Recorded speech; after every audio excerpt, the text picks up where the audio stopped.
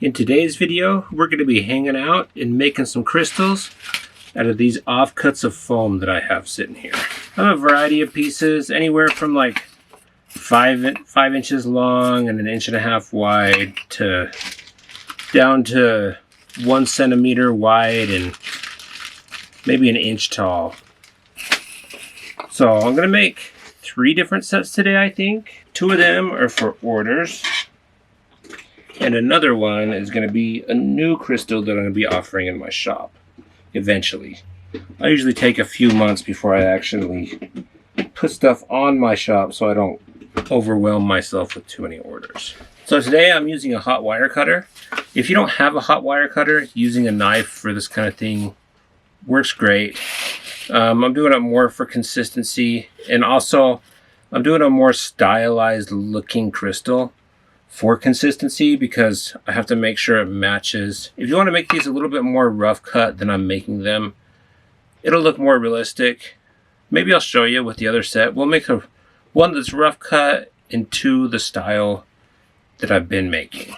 So first thing I do is I take this piece, I turn this on, and I cut off the sides. And you'll notice one side is wider than the other side. So this side's wider, and that side's more narrow. And I am doing that on purpose.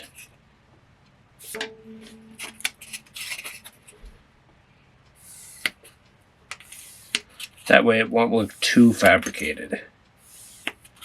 It might even have a little bit of an angle. So yeah, this is the look I'm going for. And when you're carving these out, you want a variety of different heights and thicknesses just to be more appealing to the eye and give it a less uniform look. At the same time, you want all of your crystals to kind of match up. That way they are somewhat uniform. Okay, there's the sizes of the smaller pieces I have. Those are the bigger pieces.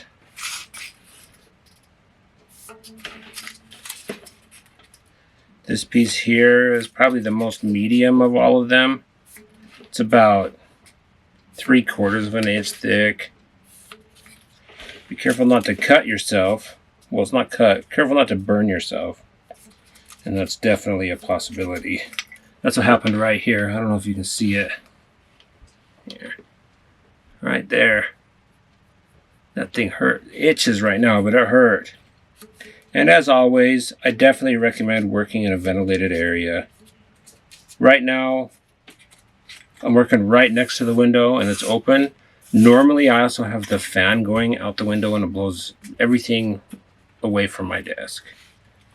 So those are our basic shapes. This is all going to be one large crystal cluster.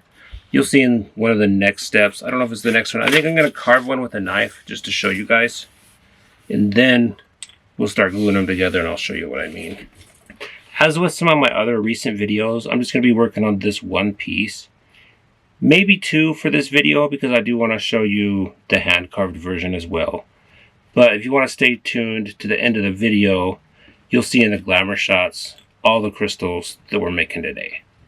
Now, if you want your hand-cut crystals to be nice and crisp, you'll want to add a new blade to your knife. So, first things first, do that.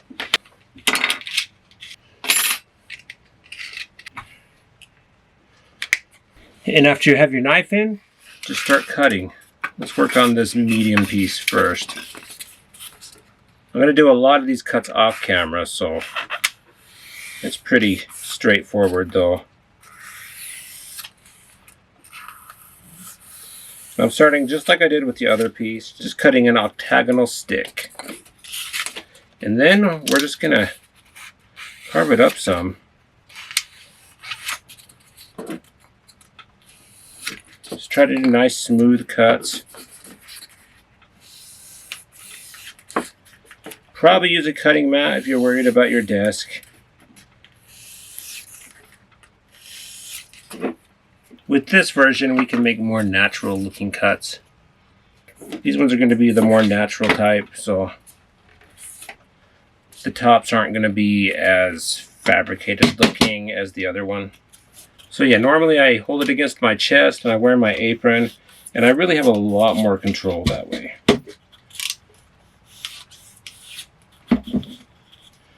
I wear my apron so I don't cut my clothes or myself. Because when you're doing cuts towards yourself like this, that's probably ideal. And this actually does give me more control. I don't really condone anyone doing it, but if you do have any sort of stability with the knife, I'd recommend holding it against your chest and doing it like this. You can get a lot more smooth lines. When you're using your knife and you want smooth lines, start down there and just slice like that. Pull the whole blade through. It'll cut a lot cleaner rather than just going like this. I mean, with this sharp knife, it did it clean kind of. You'll see, not quite clean. You see the little tags that happen there? You don't want that. So, try to do it clean, move your knife, slide your knife, and you'll get rid of those little tags. You see, once you get into the habit of doing it, you start getting faster and faster. Especially compared to those first few that I did. It's kind of slow, mostly because I'm working on the table. It's a little hard to go fast. So I got all these cut out and organized how I want to put them together. Here's our set that we did with the hot wire cutter, or one of the sets. But we're going to work on the set that I did with the knife. Some of these aren't quite as good as I'd want them to be. I don't know, the styrofoam dulls the knife really quick. And we're going to start gluing these guys together. And during this process, I'm going to be avoiding gluing towards the bottom. And you'll see why later. And I'm going to be using hot glue. You can use whatever glue you want. I know a lot of people use PVA glue, but I just don't like the drying time. You can like pin it and use PVA glue and it'll hold just fine. My preference is just using hot glue. So I usually do about that much. And glue them together. I like to kind of twist and turn some of these, so long as the glue's not spouting out too much. See, it's not quite flat on bottom. We're going to fix that later, especially when I twist and turn things. And this part doesn't really take as long as cutting everything out. The assembling part is actually one of the more satisfying parts to do.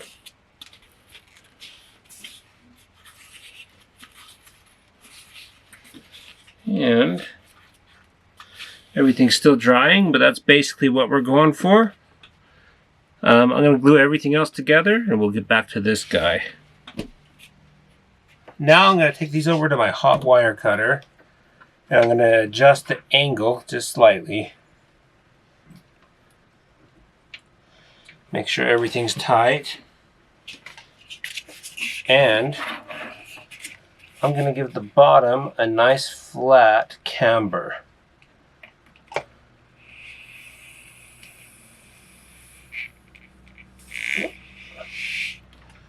Looks like I went down too far on some of the glue. You can see right there. That's what we want to try to prevent, because the hot glue likes to just melt and then reattach immediately. But good enough. At least it didn't do it to the whole bottom. I'll do a couple more to show you. And this is just going to set everything flat on the table and make it a little bit more angled, more dynamic. You'll see in the end. Okay, so today I'm actually going to be airbrushing most of these, because doing crystals like this really is a lot easier when you airbrush. But for this small piece, I'll show you how I would do it if I'm hand painting it. And I'm just doing a dry brush like this. heavier at the bottom. It's going to be a controlled dry brush. So I'm doing it from top to bottom, and I'm layering the bottom a lot lighter than the top. And then a lot of it's going to be off, but I'm going to do the same to a bunch of these if I can, like that. And then I'm going to do a really light dry brush on all the edges.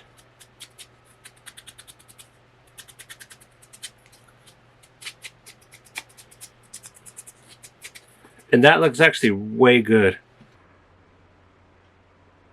Now the other thing I'm working on here is sometimes you're going to want a white base layer. So I'm working on painting 3 of these white because they're going to be more snow-like crystals. You can kind of see them in the background over here. So I'm doing that. So I'm going to do another layer of black on these, because these ones I want to be almost completely black. And then these I want to be almost white. And these are the ones that this is just an underlayer. And I'll show you the 3 different ways they end up being. So as you can see right now, this thing lets out quite a bit of spray. I mean, I got a big needle and a wide nozzle on it. So this thing, you can see all the dripping off. That's just water, but we don't want to put that much on our crystals. So first thing I'm going to do, this end piece actually tightens it down to the point that you can't even put anything out. So we're just going to make it so a little bit comes out. This should be good enough. It's still going to come out pretty fast because of the wide nozzle. And I might, as I start spraying it, I might need to do it more. I'm going to have a fan going above me. I have it suctioning right out my desk area. This whole system just, it all blows out. So I'm also going to be wearing a mask. So make sure you wear a mask when you're airbrushing. You don't want these paint particles in. So one of the crystals is going to be this teal color, and the other one's going to be this purple color and black. So it's going to be teal and white and black and purple. I'm going to start with the teal mainly because I can add the purple after and it won't mess up the coloring of the purple. But if I add the purple after the teal, it's going to mess up the coloring of the teal for a little bit. So we're going to take our piece here. This one we're going to kind of work opposite of the others. So we want the teal to be on top and the white to be on bottom. Somewhat carefully work on this. It's hard to get it exact with the airbrush. It's just so much, especially with the needle I'm using, because so much is going to come out. So yeah, with the airbrush you can just go over each face and make the dark topper than the bottom on each face.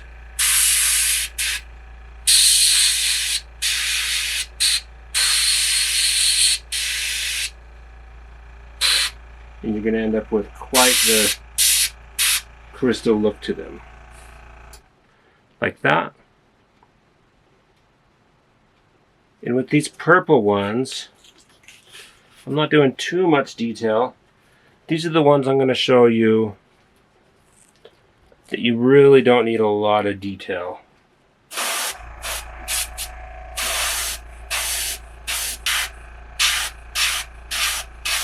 And with this one, I'm starting with the lighter color at the bottom, and it's going to go up to dark.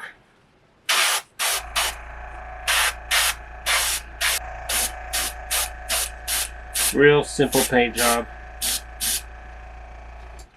Just like that. So you could go to the top here and edge highlight everywhere that it's all dark, and it'll pop out a lot more.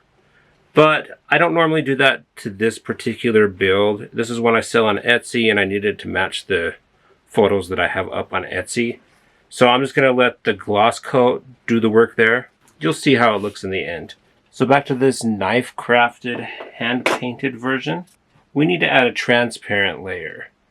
And you can do that with any paint like contrast paints or anything like that. Just something transparent or translucent. I'm going to be trying this out. this. This is for airbrushing. It's transparent, but I should be able to paint it on too. We'll try it out and see. And if it doesn't work that well, I'm going to switch to my airbrush and use that. So this needs to be watered down just a bit. Doesn't look very translucent right now. Let's try it on the small one first. That'll be easier to correct. So that is going to take a few layers of this when it's watered down that much. But I watered it down that much just to prevent brush strokes. I'm sure contrast paint will be a little bit better to use for this, but I honestly don't have any contrast paint. I think what I'm going to do is pull out my airbrush one more time and airbrush these. And we'll see how that looks. Alright, and I'm going to be using the same color.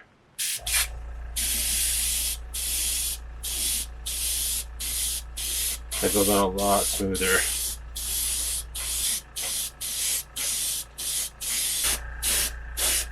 Like I said, you can use contrast paints. They'll probably work a bit better. This paint is made for spraying with an airbrush, and I don't have contrast paints, so let me know if you've used contrast paints for this and how well they work.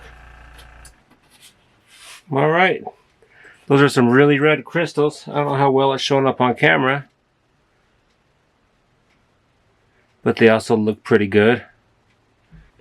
I am going to go through and add some highlights with a brush.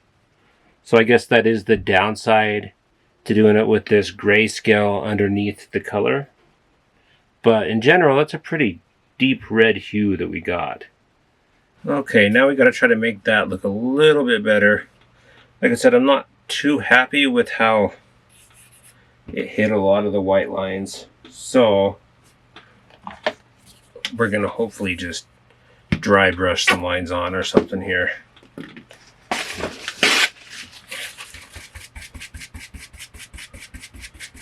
Just a real light highlight should work.